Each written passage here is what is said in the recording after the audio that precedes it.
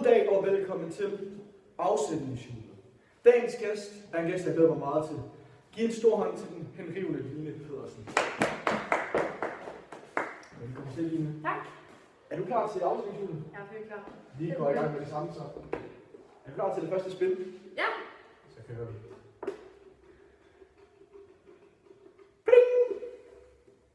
Det stopper simpelthen mellem 2.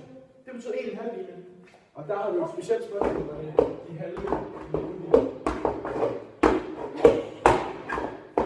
Så derfor så kommer spørgsmålet her. Hvad betyder differentiering, og hvad forstås det ved det?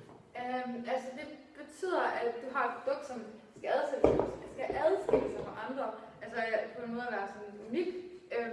Og det betyder, at hvis du har et produkt, så vil du gerne vide, hvordan produktet er i underbevidstheden på målgruppen. Altså du vil gerne være bevidst om det. Ja, det er uddybet nok, ja. Og tillykke, du har nu vundet 5.000 kroner. Tak. Er du klar til næste spil? Ja, det gør. Så gør vi det igen. Den stopper denne gang mellem 4 og 5 linje. Det er klart, det er endnu et bonusspørgsmål. Fordi det er en halv.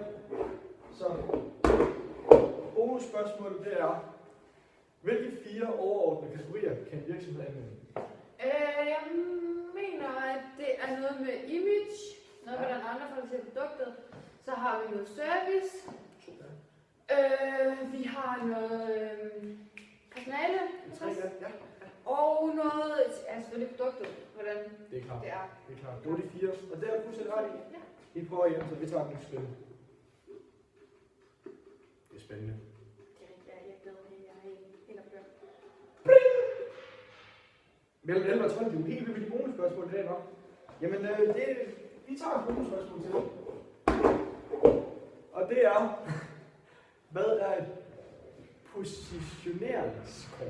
Et positioneringskort, det er noget, det er visuelt. Det er sådan et koordinatsystem. Jo, et koordinatsystem, hvor du præsenterer det sådan, hvis du for eksempel tager bilmærker, og du har en BMW, den er rimelig dyr, og den er sådan meget kvalitet, og så har du måske en Ford eller sådan noget, som ligger lidt over i det mere ikke så dyr og så videre. Så laver du simpelthen et koordinatsystem, hvor du plotter dem ind efter, hvor de ligger hen i din bevidsthed. Så det er bare et visuelt billede af, hvordan at mærker ligger i din bevidsthed i forhold til et vis emne. Yes, korrekt. Og vi tager det sidste afgørende spil. Du er lige pt. Op på 25.000, og du kan få det hele fordoblet, hvis du svarer rigtigt på det næste spørgsmål. Så vi spænder en gang her. Det er nervepirrende. Det er rigtig nervepirrende. Ja, Line. Det blev et bonusspørgsmål. Igen. Det bliver fantastisk. Godt. Og spørgsmål 4, det skal vi have i øresnøglen her. Ja. Yes. Jeg skal bede om en definition på USP, ESP og ISP. Rækkefølge, jeg skal bare... Du tager den bare som sendefødder. USP, der har vi noget unique selling proposition. Ja. Og det er ligesom så klart det der at være unik i forhold til andre. Og så har vi ESP, som er emotional selling proposition. Ja. Og det betyder, at det ligesom har en følelsesmæssig connection. Eller om du siger til et produkt. For eksempel en iPhone. Jeg har lige fundet en iPhone, og den er jeg rigtig... Tillykke med det, Line. Tillykke med det. Og den er jeg simpelthen følelsesmæssigt. Det kan jeg jo mærke. Den er bare min lille baby. Og så har jeg... ESP. ISP, ja. Ironic selling proposition. Det betyder, at du bruger sarkasme og ironi i den måde, du spiller. Men du spørger ikke meget, fordi det kan godt blive overdrevet, så folk synes, at det bliver for meget.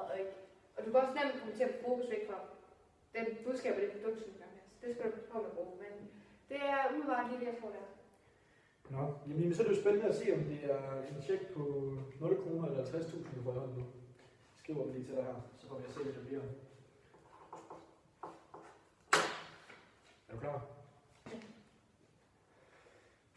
Så skal vi se, om du svarer alt rigtigt. Du må selv få lov til at vente og se. 50.000! Hjælp hånd. Hun har simpelthen fuldstændig styr på hele kapitel 10. Line, tillykke. Tusind tak. Ja, det var fornøjelse af dig med i Ja, programmet. jo tak. Og vi takker af for i aften.